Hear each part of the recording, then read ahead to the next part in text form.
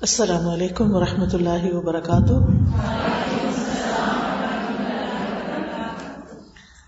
نحمده ونصلی علی رسوله الکریم، اما بعد فاعوذ باللہ من الشیطان الرجیم، بسم اللہ الرحمن الرحیم، رب اشرح لی صدری ویسر لی امری واحلل عقدۃ من لسانی یفقهوا قولی۔ الحمد للہ العزیز الغفور الحلیم الشکور، احمد ربی واشکرہ واتوب الیہ واستغفرہ، فلربی الحمد فی الدنیا والآخرہ علی فضلہ ومننہ ما علمنا منها وما لم نعلم، لا الہ الا اللہ وحدہ لا شریک لہ العلیم بذات الصدور۔ ہر قسم کی تعریف اللہ کے لیے ہے جو غالب ہے اور بخشنے والا ہے، بردبار ہے اور قدردان ہے۔ میں اپنے رب کی حمد کرتی ہوں اور اس کا شکر ادا کرتی ہوں، اور اس کی بارگاہ میں توبہ کرتی ہوں اور اس سے بخشش طلب کرتی ہوں۔ بس دنیا اور آخرت میں میرے رب ہی کے لیے ہر قسم کی حمد اور تعریف ہے، اس کے فضل و کرم پر، اس کے احسانات پر جنہیں ہم جانتے ہیں اور جنہیں ہم نہیں جانتے۔ اللہ کے سوا کوئی معبود برحق نہیں، وہ اکیلا ہے، اس کا کوئی شریک نہیں، اور وہ دلوں کے بھید تک جانتا ہے۔ اعوذ باللہ من الشیطان الرجیم، بسم اللہ الرحمن الرحیم، الحمد للہ رب العالمین، الرحمن الرحیم، مالک یوم الدین، ایاک نعبد و ایاک نستعین، اہدنا الصراط المستقیم،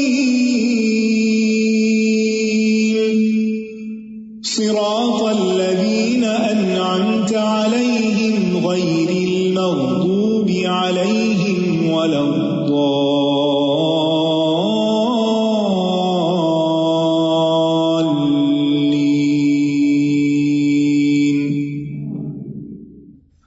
اللہ سبحانہ تعالیٰ کا بہت بہت شکر ہے، اس کا فضل ہے، اس کا انعام ہے، اس کا احسان ہے کہ اس نے ہمیں مسلمان پیدا کیا، ہمیں اپنی محبت عطا کی، اپنی معرفت دی، اپنا شکر ادا کرنے کی توفیق دی۔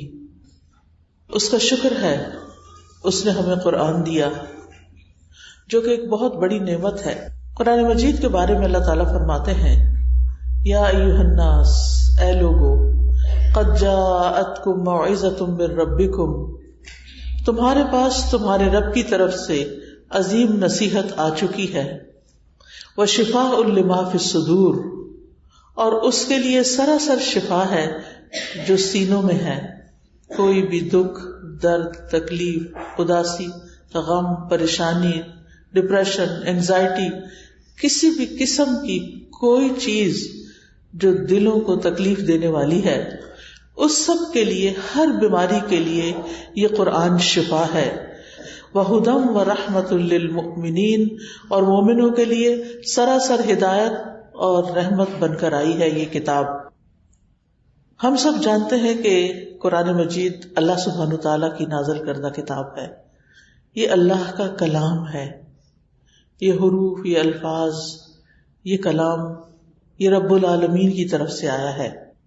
جبریل علیہ السلام جو فرشتوں کے سردار ہیں اس کو لے کر آئے ہیں، محمد الرسول اللہ جو تمام انسانوں کے سردار ہیں، تمام پیغمبروں کے سردار ہیں، ان پر یہ کتاب نازل ہوئی ہے، اور یہ امت محمدیہ صلی اللہ علیہ وسلم کا ایک بہت بڑا اعزاز ہے کہ اللہ نے دین کو ان پر مکمل کیا اور انہیں اس کتاب سے نوازا۔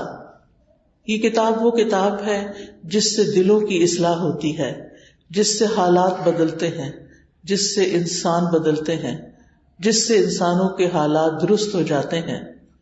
یہ رب العالمین نے انسانوں ہی کے فائدے کے لیے بھیجا ہے. یہاں اس آیت کے اندر 4 باتیں بیان ہوئی ہیں کہ یہ قرآن ایک نصیحت ہے، یہ سینوں کی بیماریوں کے لیے شفا ہے، یہ ہدایت کا باعث ہے، اور یہ مومنوں کے لیے رحمت کا باعث ہے. یعنی یہ قرآن سراسر فائدے کی کتاب ہے. آج ہم دیکھیں تو ہمیں ان میں سے ہر چیز کے لیے کسی علاج کی ضرورت ہے کہ ہم اپنی غفلت اس کی نصیحت سے دور کر سکیں، ہمارے دلوں کی گھٹن اس کے لیے یہ شفا بن جائے، ہماری لا علمی کے لیے ہدایت کا راستہ بنے، اور پھر سراسر اللہ تعالیٰ کی طرف سے اس کے ذریعے ہم پر رحمتیں اور برکتیں نازل ہوں. نصیحت کے لیے لفظ موعظہ استعمال ہوا ہے. موعظہ کا لفظ واعظ سے ہے. واعظ اردو میں بھی لفظ استعمال ہوتا ہے. موعظہ ایسا واعظ ہوتا ہے جو انسان کو اس کا انجام یاد دلاتا ہے، اچھا بھی اور برا بھی، کہ جیسا کچھ انسان کرتا ہے ویسا ہی اس کا انجام ہوگا. واعظ ایسی نصیحت کو کہتے ہیں جو انسان کو دنیا کی مشغولیت، دنیا کی مصروفیات، دنیا کی محبت سے ہٹا کر اللہ کی یاد اور آخرت کے دن کی طرف متوجہ کر دے، اور اس کے اندر ایک رقت پیدا ہو. یعنی ایسا واعظ جو دلوں کو نرم کر دے، جو دلوں کے اندر کی سختی کو دور کر دے. یعنی قرآن مجید ایسی کتاب ہے، ایسا کلام ہے، جو شخص اس کو سمجھ کر پڑھتا ہے وہ لازماً ضرور اس کے ساتھ نصیحت حاصل کرتا ہے، اس کا دل نرم ہوتا ہے، اس کا دل بدلتا ہے، کیونکہ یہ اللہ کا کلام ہے. یہ عام کتابوں کی طرح کوئی معمولی کتاب نہیں. الحمدللہ ہم سب مسلمان ہیں اور بچپن سے ہمیں اس کی محبت دی گئی، اس کی رسپیکٹ اور اس کے ساتھ ایک تقدس کا احساس ہم سب کے اندر موجود ہے. لیکن ہمیں اس سے ایک قدم اور آگے جانے کی ضرورت ہے، اور وہ یہ کہ اس کے ذریعے ہم ہدایت اور رحمت بھی حاصل کریں اور اپنے ٹوٹے دلوں کا علاج بھی کریں. قرآن مجید کے بارے میں خود قرآن کے اندر اور الفاظ بھی آتے ہیں، جیسے فرقان ہے، جیسے بصائر ہیں، جیسے رحمت اور برکت. پھر اسی طرح یہ اللہ کی مضبوط رسی ہے جس کا ایک سرا اللہ کے ہاتھ میں ہے اور دوسرا اس بندے کے ہاتھ میں جو اس کو پکڑ لے، یعنی اس کتاب کو تھام لے. اس کتاب کو ذکر بھی کہا جاتا ہے کہ یہ بھولے ہوئے سبق یاد دلاتی ہے، یاد دہانی کراتی ہے. ابن قیم کہتے ہیں قرآن کا نصیحت کے لیے آسان ہونا، یہ آسانی کئی قسم کی ہے. پہلے اس کے الفاظ کو پڑھنا آسان ہے، یعنی ایک چھوٹے سے بچے کو بھی اگر آپ قرآن کے حروف کی پہچان کراتے ہیں تو کچھ ہی عرصے میں وہ اس کی ریڈنگ شروع کر دیتا ہے. پھر اسی طرح بڑی عمر کے لوگ جو عام طور پر کچھ زیادہ اسکول کالج میں نہیں بھی پڑھے ہوتے لیکن قرآن کو روانی کے ساتھ پڑھ لیتے ہیں. پھر اسی طرح اس کا حفظ کرنا بھی آسان ہے.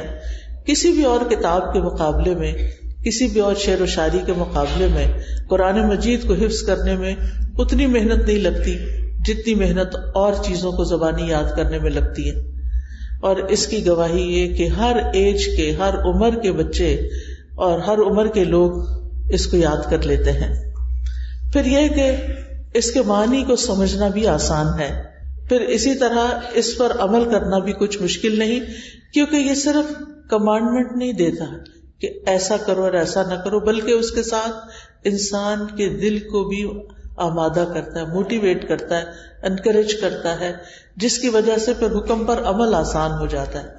اگر دوسری قانون کی کتابیں دیکھیں تو اس میں صرف قانون کی مختلف شکلیں لکھی ہوتی ہیں، مختلف اس کے حصے قانون کو صرف بتاتے ہیں، اس میں یہ نہیں بتاتے کہ اس کو امپلیمنٹ کیسے کرنا ہے یا اس کے لیے انسانوں کی ذہن سازی کیسے کرنی چاہیے.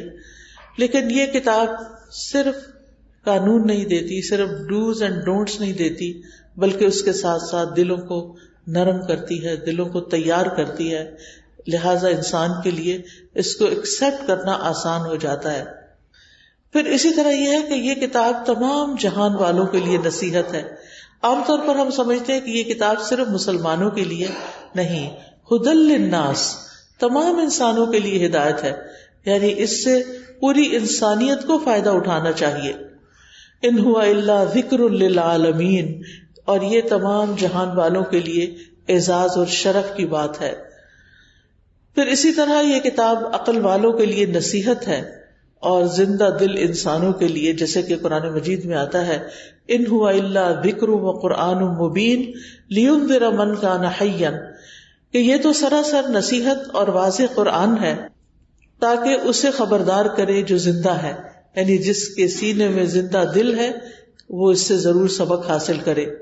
رہا وہ شخص جس کا دل مر چکا ہے، جو غفلت میں ڈوبا ہوا ہے، تو اگر وہ قرآن پڑھتا یا سنتا بھی ہے تو بہت زیادہ فائدہ حاصل نہیں کرتا. لیکن جس شخص کا دل سمجھنے کی اہلیت رکھتا ہے، جو سمجھنا چاہتا ہے، جو اس کا شوق رکھتا ہے کہ اللہ کا کلام اس کی سمجھ میں آئے، تو اس کے لیے بہرحال یہ بہت آسان ہے. پھر اسی طرح اس کا پڑھنا اور پڑھانا سب سے افضل کام ہے. خیرکم من تعلم القرآن وعلمہ، تم میں سے سب سے بہترین وہ ہے جو قرآن سیکھے اور سکھائے، یعنی اس کا پڑھنا، سیکھنا، سکھانا، خود حفظ کرنا، کسی کی مدد کرنا، اس کی تفسیر پڑھنا، اس کی تفسیر پڑھانا، یہ تمام چیزیں ایسی ہیں کہ جو انسان کے لیے ایک انتہائی عزت والا کام ہے، انتہائی شرف والا کام ہے. اس لیے اہل القرآن کو جو بھی اس کو پڑھ رہے ہوں یا پڑھا رہے ہوں یا اس کے ساتھ شغف رکھتے ہوں، اس کے ساتھ ٹائم سپینڈ کرتے ہوں، انہیں یہ سوچ لینا چاہیے کہ ان کا وقت ضائع نہیں جا رہا، بلکہ انہیں اس کا بہت بڑا ریوارڈ ملنے والا ہے، کیونکہ یہ اللہ کا کلام ہے. قرآن پڑھنے والے اور پڑھانے والے اور قرآن کے ساتھ شغف رکھنے والے اللہ کے خاص لوگ ہوتے ہیں. یعنی یہ نصیب اور یہ قسمت ان لوگوں کو ہی ملتی ہے کہ جو اس چیز کے ساتھ محبت رکھتے ہیں اور اس کے لیے ایفرٹ کرتے ہیں. رسول اللہ صلی اللہ علیہ وسلم نے فرمایا، لوگوں میں سے کچھ افراد اللہ کے خاص بندے ہوتے ہیں، اللہ والے ہوتے ہیں. صحابہ نے عرض کی، اے اللہ کے رسول صلی اللہ علیہ وسلم، وہ کون لوگ ہیں؟ فرمایا، قرآن والے، وہی اللہ والے اور اس کے خاص بندے ہیں. یعنی اگر تم قرآن کے ساتھ اپنا وقت گزارتے ہو تو تم اللہ سبحانہ وتعالیٰ کے خاص بندوں میں شامل ہو جاؤ گی، جن کو ہم VIPs کہتے ہیں کہ ویری امپورٹنٹ پرسنز. وہ کون ہیں؟ جو اللہ تعالیٰ کا کلام پڑھتے ہیں یا اس سے محبت رکھتے ہیں اور اس کو سمجھتے ہیں اور اس کے ساتھ وقت سپینڈ کرتے ہیں. آپ دیکھیں کہ ہمارے دن کا ایک بڑا حصہ سیل فون کے ساتھ گزر جاتا ہے، کچھ حصہ ٹی وی کے آگے گزر جاتا ہے، کچھ لوگوں کے ساتھ سوشلائز کرنے میں، کچھ گھر کے اندر کام کاج، بچوں کے ساتھ، سروینٹس کے ساتھ، یا ہم جاب پلیس پر ہے تو یعنی کولیگز کے ساتھ. تو اس میں سے خوش قسمت ہے وہ لوگ کہ جن کو اپنے وقت کا کچھ حصہ قرآن کے ساتھ بھی مل جاتا ہے، اور جو جتنا چاہے اس وقت کو بڑھا لے. obviously جب اس وقت کو بڑھائیں گے تو کچھ اور چیزوں کا وقت کم ہوگا، لیکن وہ خسارے کا سودا نہیں. اللہ تعالیٰ قرآن مجید میں فرماتے سورۃ فاطر میں، ان الذین یتلون کتاب اللہ، بے شک وہ لوگ جو کتاب اللہ کی تلاوت کرتے ہیں. اور تلاوت کا لفظ جو ہے وہ صرف قرات کے لیے نہیں ہے، بلکہ تلاوت کے معنی ہوتے ہیں اتباع کرنا، فالو کرنا، پیروی کرنا. یعنی جو کتاب اللہ کی پیروی کرتے ہیں، یعنی پڑھتے بھی ہیں اور اس کو سمجھتے بھی ہیں اور اس پر عمل بھی کرتے ہیں اور اس کو آگے بھی پہنچاتے ہیں. وَأَقَامُوا الصَّلَاةَ، اور نماز قائم کرتے ہیں. وَأَنفَقُوا مِمَّا رَزَقْنَاهُمْ سِرًّا وَعَلَانِيَةً، اور وہ کھلے چھپے اللہ کے راستے میں جو ہم نے ان کو رزق دیا وہ خرچ کرتے ہیں. اولئک یرجون تجارتا لن تبور، یہ ایسی تجارت کی امید رکھتے ہیں کہ جس میں کبھی نقصان ہے ہی نہیں.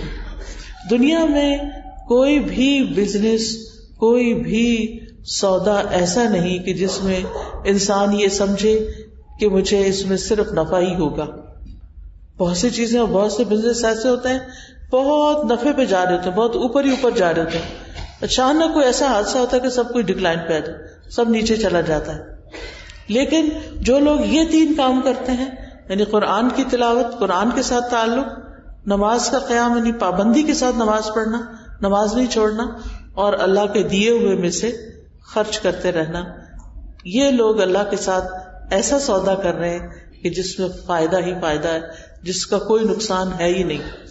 یعنی اللہ سبحانہ و تعالیٰ انہیں ان 3 کاموں پر بہترین اجر عطا فرمائے گا. پھر اسی طرح رسول اللہ صلی اللہ علیہ وسلم نے فرمایا رشک کے قابل صرف 2 ہی لوگ ہیں.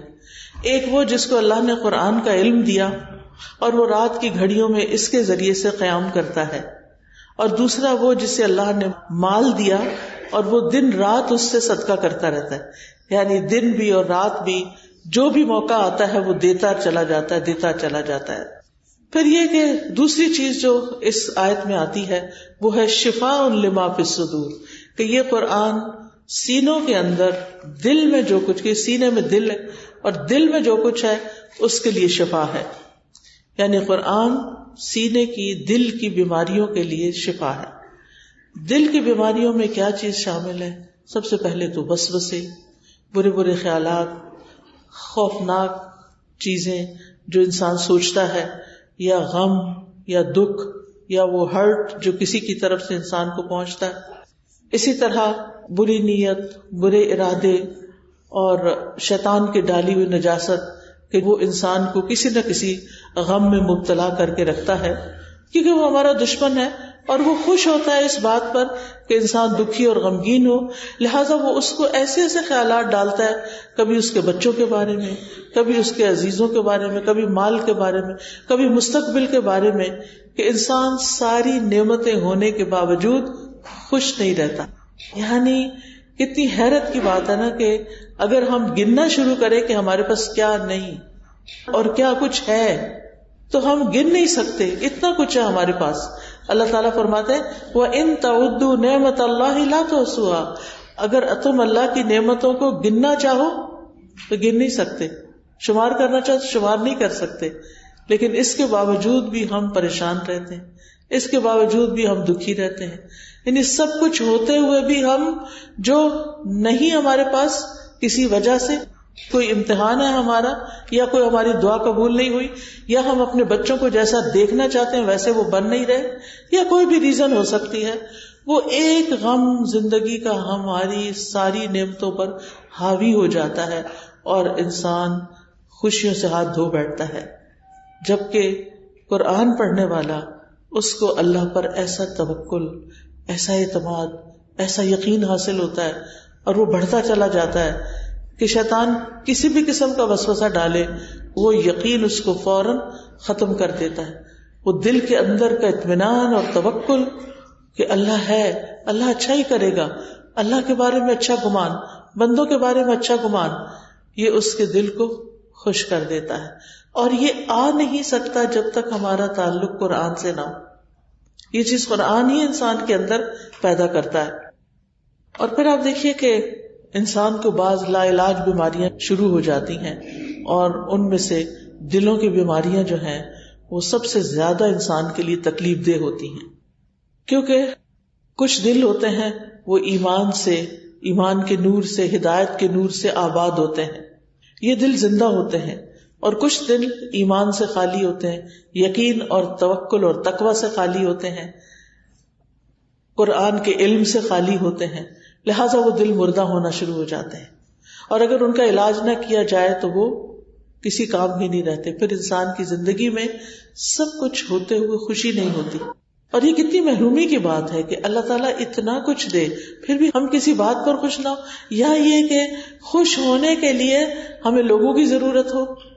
اب ہمارا کنٹرول جو ہے وہ لوگوں کے ہاتھ میں ہو کہ وہ ہمیں خوش کر دیں، کیونکہ ہم نے خوشی کو یا تو لوگوں کے مرہون منت کیا ہوا ہے کہ فلاں دوست سے بات ہوگی تو میرا دل خوش ہو جائے گا، یا وہ ملنے آ جائے گی، یا میں ملنے چلی جاؤں، یا اسی طرح فلاں چیز میرے پاس آ جائے گی تو پھر مجھے خوشی مل جائے گی. لیکن آپ نے زندگی میں دیکھا ہوگا کہ جتنی بھی چیزوں کی ہم نے خواہش کی اور وہ ملتی چلی گئی، اس کے بعد کیا ہوا؟ ایک چیز کی خواہش تھی وہ مل گئی، تھوڑے دن خوشی ہوئی، پھر ڈاؤن، اب ایک اور چیز کی خواہش ہے، وہ مل جائے، دعائیں مانگ رہے ہیں، محنت کوشش کر رہے ہیں، وہ مل گئی، تھوڑی دیر کے لیے خوشی، پھر واپس اسی حالت پہ، پھر ایک تیسری چیز، پھر ایک چوتھی چیز. ساری زندگی انسان کی ہرس ختم ہی نہیں ہوتی، جس کی وجہ سے وہ کبھی خوش ہو ہی نہیں پاتا. اس کے پاس جتنی نعمتیں ہوتی ہیں اور مزید ملتی چلی جاتی ہیں، وہ پھر بھی خوش ہونے کا راز نہیں پاتا، کیونکہ خوشی تو دل کی زندگی میں ہے، اور دل کی زندگی قرآن میں ہے. قرآن کو قرآن مجید میں روح کہا گیا، اور انسان کے جسم کے اندر بھی روح ہوتی ہے. یہ ہمارے جسم کی روح اس روح سے خوش ہوتی ہے، اور قرآن لانے والے فرشتے کو بھی روح کہا گیا. دل مردہ ہونے کے عام طور پر دو بڑے سبب ہوتے ہیں، ایک جہالت اور ایک تکبر.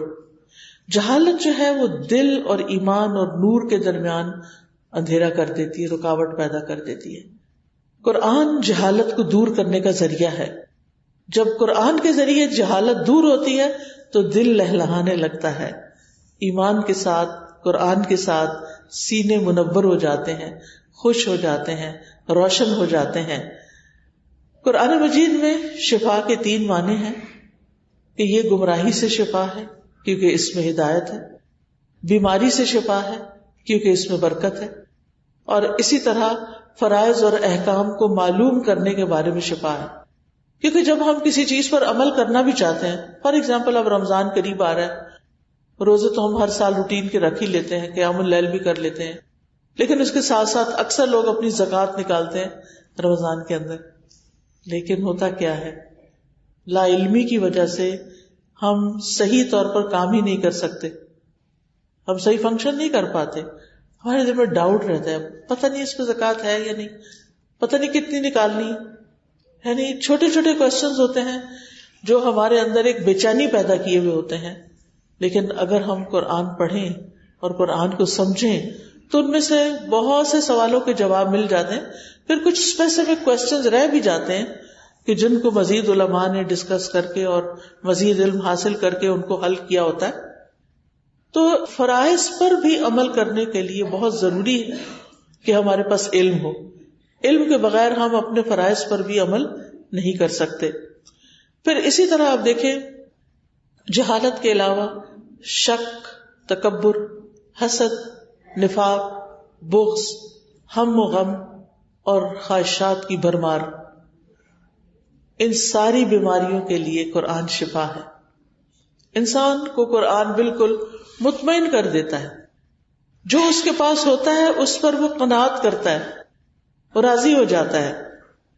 آپ دیکھیے کہ اگر ہمارے دل میں کوئی شک ہی آ گیا دین کے بارے میں، اللہ کی ذات کے بارے میں، نبی صلی اللہ علیہ وسلم کے بارے میں، تو اس شک سے پھر آپ دیکھیں کہ انسان اچھا بھلا سب کچھ کرتا ہوا سب چھوڑ کے بیٹھ جاتا ہے، کیونکہ دل میں شک آ گیا. قرآن شک کو یقین میں بدلتا ہے. اس لیے اس شک کو یقین میں بدلنے کے لیے ضروری ہے کہ ہم ڈیلی بیسس پر کچھ نہ کچھ حصہ اس کا ضرور اپنے علم میں لائیں، اس کو سمجھیں تاکہ ہمارے شکوک و شبہات دور ہوں. پھر اسی طرح شک کے علاوہ تکبر، انسان کو قرآن اس کی حقیقت بتاتا ہے کہ تم کہاں سے پیدا ہوئے، تم کیا چیز ہو، لہذا انسان کے اندر سے تکبر بھی نکل جاتا ہے. پھر حسد، قرآن میں حسد کے بارے میں حابیل قابیل کا قصہ بیان کیا گیا اور پھر حسد کرنے کا انجام بتایا گیا. تو انسان توبہ کرتا ہے کہ میں کسی سے حسد کر کے اپنے اعمال کو ضائع کروں. پھر اسی طرح ابلیس کا قصہ بتایا گیا کہ جس کو آدم علیہ السلام سے حسد ہوا اور اس نے اپنا مستقبل خراب کر دیا اور ایگو کا شکار ہو گیا. تو یہ قرآن ہی ہے جو ان تمام بیماریوں اور ان تمام پریشانیوں کا علاج ہے. اور ابن قیم تو کہتے ہیں کہ چاہے دل کی بیماری ہو چاہے کوئی جسمانی بیماری ہو، کوئی بیماری ایسی نہیں جس کا علاج قرآن سے ممکن نہ ہو. وہ تو پورے یقین کے ساتھ کہتے ہیں، کیونکہ اللہ تعالیٰ نے فرما دیا ہے کہ یہ شفا ہے، تو یہ شفا ہے اور اس سے شفا حاصل کرنی چاہیے. پھر اسی طرح یہ ہے کہ وہ یہ بھی کہتے ہیں کہ قرآن کے ہر حرف میں شفا ہے. یعنی آپ کہیں سے بھی پڑھنا شروع کر دیں اور کسی بھی قسم کی بیماری رب کے کلام کا مقابلہ نہیں کر سکتی، اس کے آگے نہیں ٹھہر سکتی. اور کہ یہ وہ کلام ہے کہ اگر پہاڑ پر بھی اتار دیا جاتا تو پہاڑ ٹکڑے ٹکڑے ہو جاتا. تو باقی بیماریاں اس کے آگے کیسے ٹھہر سکتی؟ ہمارے اندر کے دل کے پتھر اور باقی جسم کی پتھریاں کہاں رک سکتی ہیں اگر ہم اس کو واقعی پڑھیں اور پورے شوق کے ساتھ اور پوری محنت کے ساتھ اس کو پڑھنے والے ہوں. اور اس کے لیے یقین کا ہونا بھی بہت ضروری ہے. ہم جیسے سوچتے ہیں ہماری باڈی ویسے ہی فنکشن کرتی ہے. اگر ہم یہ سمجھیں کہ قرآن شفا دیتا ہے تو وہ پھر شفا ہوگی انشاءاللہ. اور اگر ہم اس کا ڈینائل ہی کرتے رہیں تو پھر جو ڈینائی کر دیتا ہے اس کے لیے ڈینائل ہی ہوتا ہے. پھر اسی طرح قرآن بہترین رقیہ بھی ہے. رقیہ کہتے ہیں دم کو.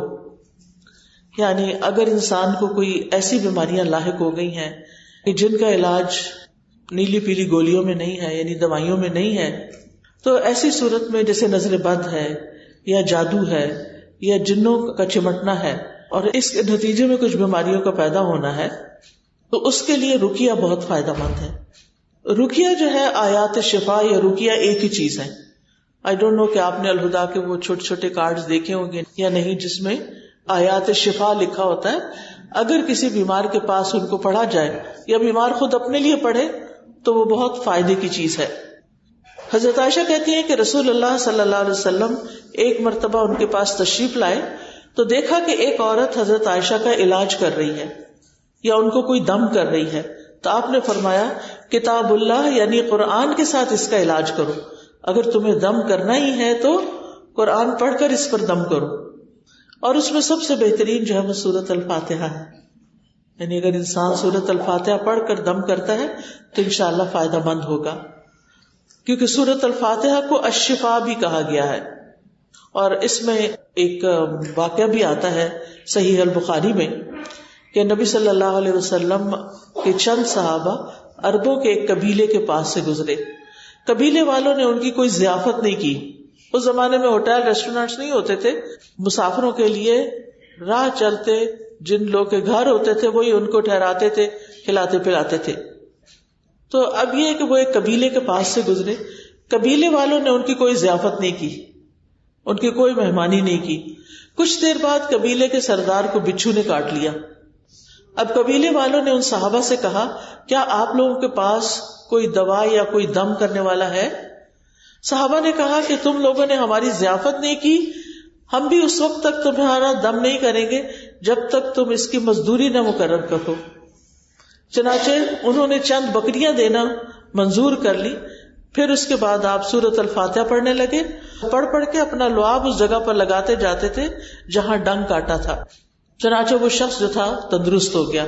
تو قبیلے والے بکریاں لے کر آ گئے. صحابہ نے کہا ہم تو اس وقت تک ان کو ہاتھ نہیں لگائیں گے بکریوں کو جب تک کہ اللہ کے رسول سے پوچھ نہ لیں صلی اللہ علیہ وسلم. تو کیا ہوا جب آپ کے پاس وہ آئے اور آپ کو بتایا تو آپ مسکرا دیے. آپ نے نہ ہاں کی نہ کی، بس اسمائل کی، اور یہ آپ کا اکثر انداز ہوتا تھا. اور پھر آپ نے فرمایا کہ تمہیں کیسے معلوم ہوا کہ سورۃ فاتحہ سے دم ہو سکتا ہے؟ ان بکریوں کو لے لو اور ان میں میرا حصہ بھی لگاؤ. یعنی ازراہ تفنن آپ نے کہا تاکہ ان کے دلوں میں اس کی وہ برائی نہ رہے. اسی طرح سورۃ البقرہ میں شفا ہے. رسول اللہ صلی اللہ علیہ وسلم نے فرمایا سورۃ البقرہ پڑھا کرو کیونکہ اس کا پڑھنا باعث برکت ہے، اس کا چھوڑنا باعث حسرت ہے، اور جادوگر اس کو حاصل کرنے کی طاقت نہیں رکھتے. یعنی اس پر غالب نہیں آ سکتے، اس کا کچھ نہیں بگاڑ سکتے. لہذا انسان کے لیے ضروری ہے کہ وہ دن میں کچھ نہ کچھ حصہ سورۃ البقرہ کا پڑھ لیا کرے، چاہے پہلی 5 آیتیں کیوں نہ ہو. یعنی صبح قرآن مجید کھولا، سورۃ البقرہ پڑھی اور بند کر دیا. پورا نہیں پڑھ سکے، بچوں کو اسکول بھیجنا ہوتا ہے اور کئی کام ہوتے ہیں، تو پھر اس موقع پر زیادہ ٹائم دیا نہیں جا سکتا. ہاں جب آپ گھر کے کام کاج سے فارغ ہو جائیں تو فارغ وقت میں پھر بیٹھ کر ضرور سورۃ البقرہ پڑھے. پھر یہ ہے کہ جو قرآن سے شفا حاصل نہیں کرتا وہ ہمیشہ بیمار ہی رہتا ہے. یعنی وہ ایک بیماری کسی دوسری بیماری میں منتقل ہو جاتی، دوسری تیسری میں منتقل ہو جاتی. اور پھر یہ ہے کہ قرآن سے شفا حاصل نہ کرنا دراصل اس کو چھوڑ ہی دینا ہے.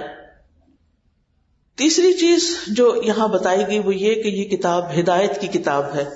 ہدایت ہم سب کی ضرورت ہے، اسی لیے ہم ہر نماز کے اندر اہدنا الصراط المستقیم پڑھتے ہیں کہ اے اللہ تو ہمیں سیدھے راستے کی ہدایت دے، اس راستے پہ ہم چلیں، ہم منزل تک پہنچیں اور پھر ہم اس پر استقامت بھی اختیار کریں، اس راستے کو چھوڑ نہ دیں. تو یہ کتاب جو ہے یہ ہدایت کا باعث ہے، اور اللہ تعالیٰ نے اس کو نازل بھی اسی لیے کیا. اللہ تعالیٰ فرماتے ہیں شہر رمضان الذی انزل فیہ القرآن ھدی للناس وبینات من الھدی والفرقان. رمضان کا وہ مہینہ ہے جس میں قرآن نازل کیا گیا، یعنی اللہ تعالیٰ نے یہ کتاب ہمیں رمضان میں دی ہے، اور رمضان کی برکت کی وجہ اس مہینے میں قرآن کا نازل ہونا ہے. دن تو سارے برابر ہوتے ہیں لیکن ایک کو فضیلت دوسرے کی وجہ سے کیوں ہے؟ کیونکہ اس میں قرآن نازل ہوا. اسی طرح جو لوگ قرآن پڑھتے پڑھاتے ہیں قیامت کے دن ان کے درجات بھی بلند ہوں گے. نہ صرف یہ کہ ان کے بلکہ ان کے والدین کے بھی. تو وہ پوچھیں گے کہ یہ ہمیں نعمت کہاں سے ملی؟ تو بتایا جائے گا کہ تمہارے بچے کے قرآن پڑھنے کی وجہ سے.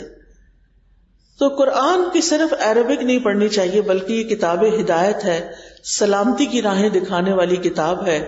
یہدی بہ اللہ من اتبع رضوانہ سبل السلام.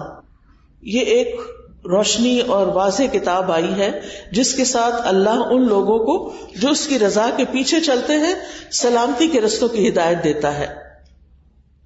زندگی کے ہر معاملے میں آسانی کی کتاب ہے، یعنی آسان احکام والی کتاب ہے. اس میں ہدایت بھی ہے، نور بھی ہے. اسی طرح یہ کتاب گمراہی سے بچانے والی ہے. رسول اللہ صلی اللہ علیہ وسلم نے فرمایا اللہ عز و جل کی کتاب ہی اللہ کی رسی ہے، جو اس کی پیروی کرے گا وہ ہدایت پر رہے گا، جو اس کو چھوڑ دے گا وہ گمراہی پر ہوگا. تو کچھ بھی ہو ہم نے اس کتاب کو چھوڑنا نہیں. جو لوگ پوری پڑھ چکے ہیں وہ دوبارہ سے شروع کر کے ریویژن ساتھ کے ساتھ ہی کر لیں، اور اس طرح اس کتاب کو مرتے دم تک اپنے ساتھ رکھیں تاکہ قبر میں بھی ساتھ جائے، حشر کے دن اٹھے تو ساتھ اٹھے اور جنت تک پہنچائے. یہ کتاب شیاطین کی گمراہی سے بھی بچاتی ہے. اس سے انسان کو ایک فرقان ملتا ہے. فرقان کہتے ہیں کرائیٹیرین کو، کہ انسان اگر قرآن پڑھا ہوا ہوتا ہے تو خود اس کے اندر ایک فلٹر لگ جاتا ہے جس سے وہ ڈیٹیکٹ کر لیتا ہے کہ کیا چیز اللہ کی پسند کی ہے اور کیا شیطان کی ڈالی ہوئی نجاستیں ہیں، اور ان چیزوں کو اپنی زندگی سے باہر نکال دینا ہے. قرآن کی بدولت حکمت اور دانائی بھی ملتی ہے.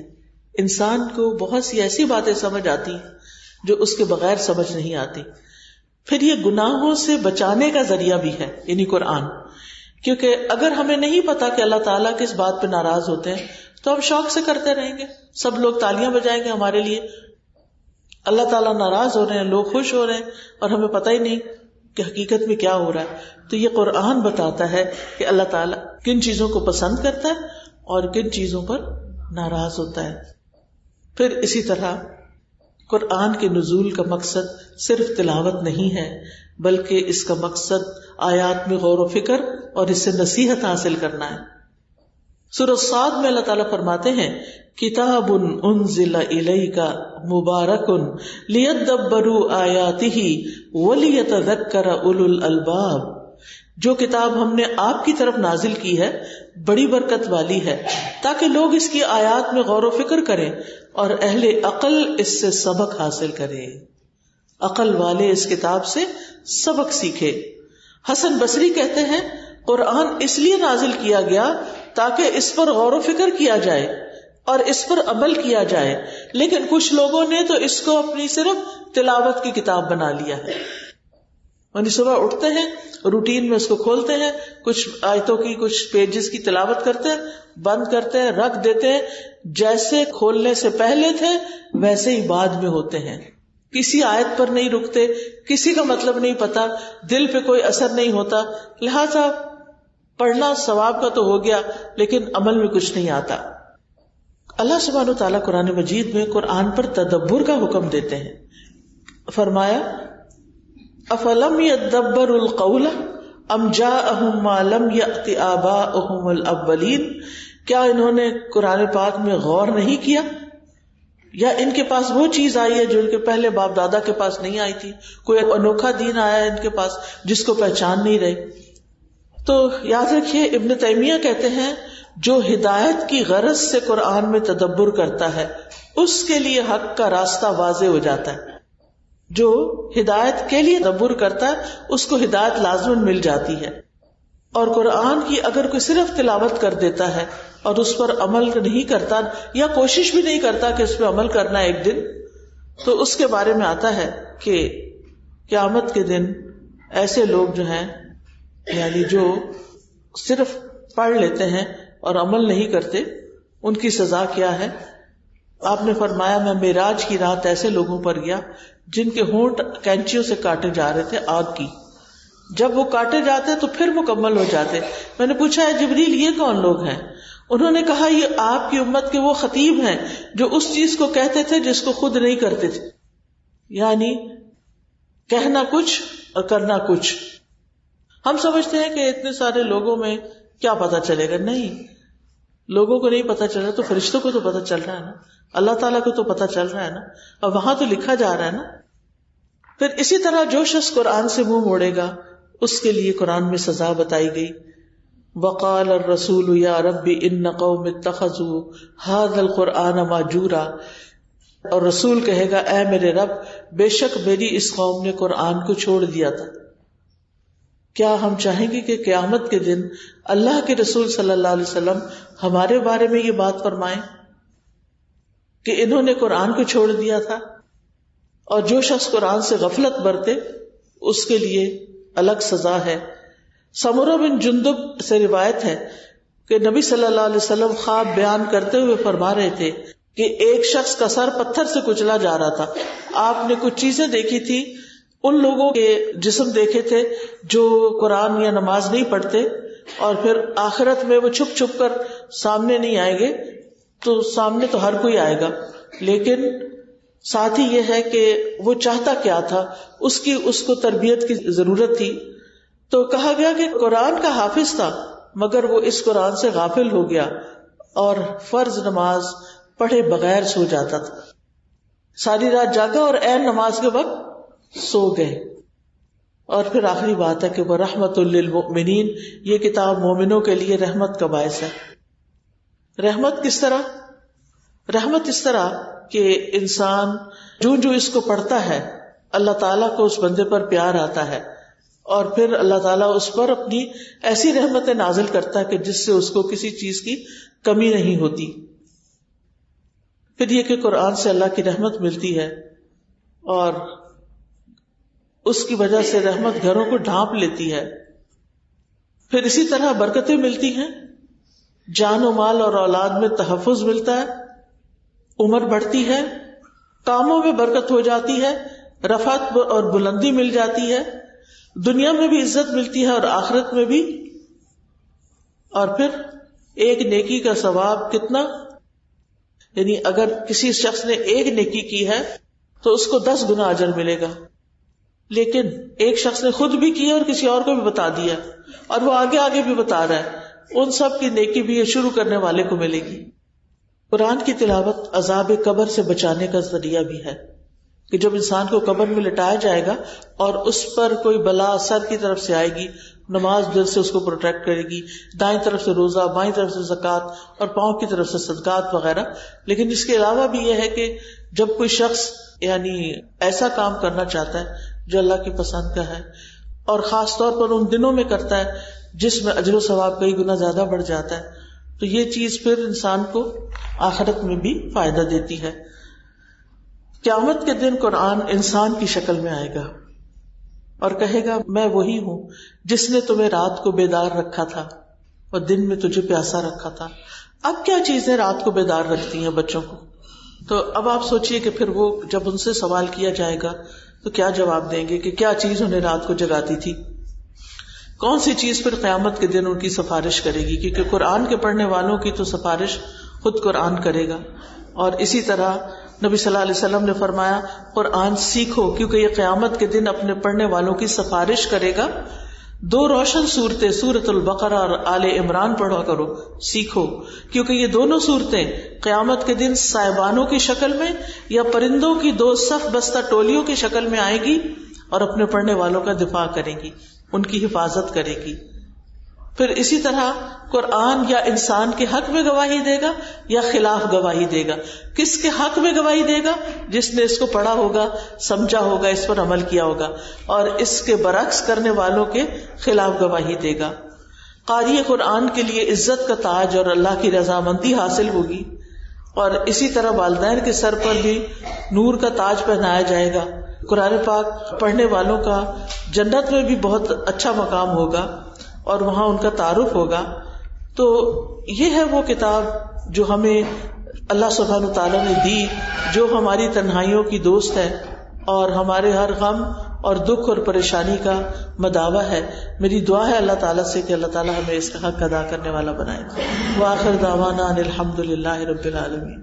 اب اگر آپ کے ذہن میں کوئی کوشچن ہے یا کوئی چیز ایڈ کرنا چاہتے ہیں تو موسٹ ویلکم.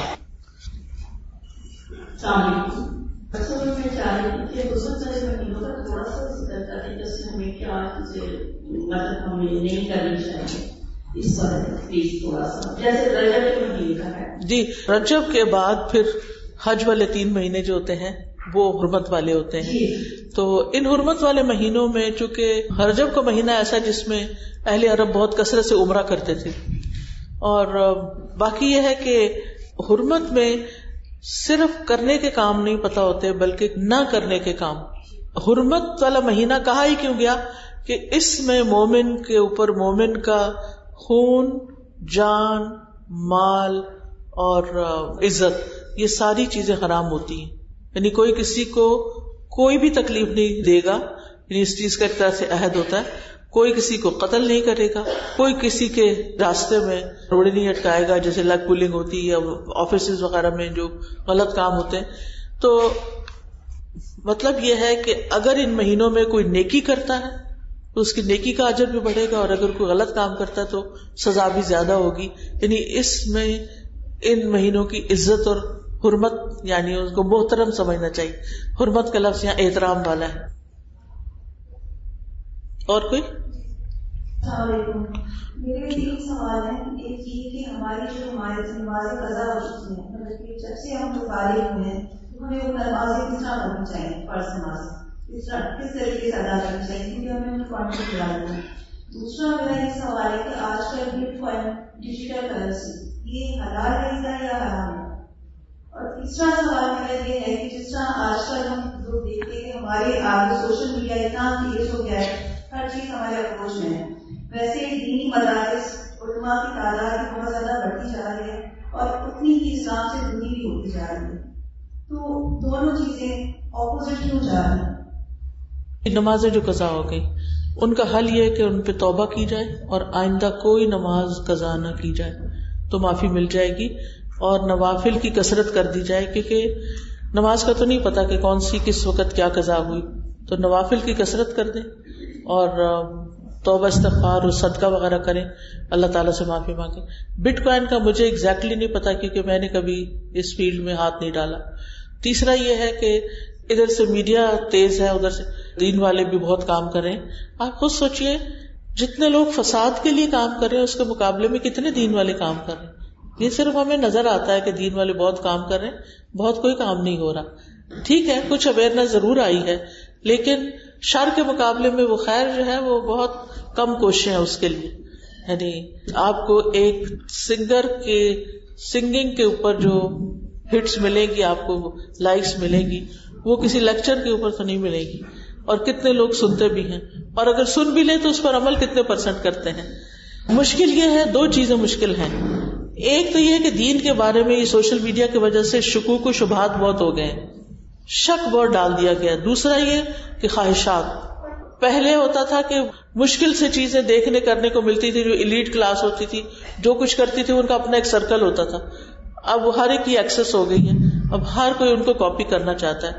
تو شہوات، خواہشات، شکوک و شبہات اور خواہشات، ان چیزوں نے ہمارے لیے دین پر عمل کرنا مشکل کر دیا. حل یہی ہے کہ ہم اپنا بھی ایمان مضبوط کریں اور اپنے بچوں کا بھی. میرا ایک کوشچن ہے کہ کیسے پتا چلے کہ آزمائش، امتحان اور مقامات عمل کے تینوں الگ الگ چیزیں؟ جیسے کہ اگر خود پہ آتی ہے تو کہتے ہیں کہ اللہ کی طرف سے آزمائش ہے، تو ہمیں کیسے پتا چلے کہ آزمائش ہے؟ اور تیسرا اگر کسی دوسرے کے ساتھ تو کہتے ہیں کہ مقامات عمل میں تھوڑا سا ہے کہ کیا ڈفرینس ہے؟ آزمائش اور امتحان جو ہے وہ تو ہر ایک کا ہو رہا ہے، صرف شر سے نہیں ہو رہا، خیر سے بھی ہو رہا ہے. وَنَبْلُوكُمْ بِالشَّرِّ وَالْخَيْرِ فِتْنَةً، مال بھی آزمائش ہے، اولاد بھی آزمائش ہے، یہ ساری چیزیں امتحان ہے ہمارے لیے. اور ایک یہ ہے کہ جو مکافات عمل ہے کہ ہم نے کسی کے ساتھ برا کیا ہوگا تو ہمارے ساتھ ہوا ہے، اس میں ایک دو چیزیں آتی ہیں کہ جو شخص والدین کے ساتھ زیادتی کرتا ہے یا ان کو تکلیف دیتا ہے تو مر نہیں سکتا جب تک کہ وہ دنیا میں کوئی نہ کوئی اس کے بدلے میں تکلیف نہ دیکھے. اسی طرح جو رشتہ داروں کے ساتھ قطع تعلق ہی کرتا ہے تو یہ بھی ایسے گناہوں میں سے ہے کہ جس کا وبال انسان دنیا میں کسی شکل میں دیکھتا ہے. اب ہمیں تو یاد ہی نہیں ہوتا کہ ہم نے کس موقع پر کس کے ساتھ کیا زیادتی کی. لہذا اگر اب اگلا کیا کرائیٹیریا ہوگا، اگر تو اس تکلیف کے آنے کے بعد ہم اللہ کی طرف راغب ہو جاتے ہیں تو یہ ایک آزمائش تھی، اور اگر اس تکلیف کے بعد ہم اللہ سے اور دور ہو جاتے ہیں تو علماء یہ کہتے ہیں کہ یہ انڈیکیشن ہے کہ یہ اس شخص کے لیے عذاب تھا.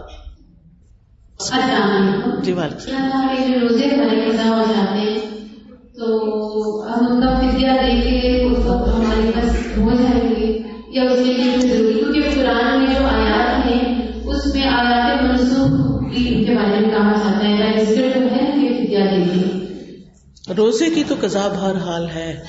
فعدۃ من ایام اخر، بعد کے دنوں میں روزے رکھ. من کان منکم مریضا او علی سفر فعدۃ من ایام اخر، جو بیمار ہو یا مسافر ہو اگر روزہ چھوڑ دیا ہے باقی دنوں میں روزے پورے کر لیں. بعض خواتین کو یہی پتہ نہیں ہوتا کہ پیریڈز کے روزوں کی قضا دینی ہے کہ نہیں. سارے پیریڈز کے روزوں کی قضا دینی ہے. لہذا انسان اپنا کیلکولیٹ کر لے کہ میں کس ایئر میں مجھے مینسز شروع ہوتے، اب میں کتنے سال کی ہوں، کتنے سال کے روزے میرے چھٹے ہیں، میرے ایوریج کتنے ڈیز ہیں، وہ رکھنا شروع کر دے اور اس کے ساتھ ساتھ ان کا فدیہ دے دے.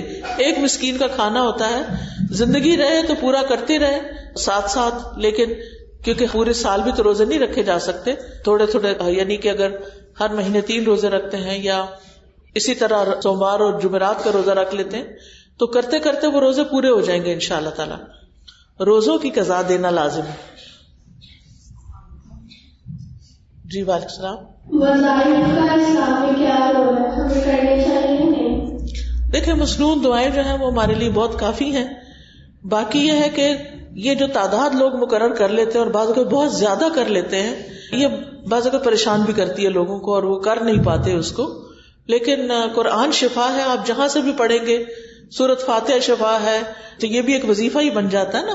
آپ ایک دفعہ پڑھیں، ہر نماز کے ساتھ پڑھ کے اپنے اوپر دم کریں یا مریض کو جب دیکھیں اس پہ دم کریں تو کوئی حرج نہیں ہے. لیکن یہ سورت 41 دفعہ پڑھو، یہ 40 دفعہ پڑھو، یہ پھر ٹو مچ ہو جاتا ہے. یہ لوگوں نے خود بنایا. کہا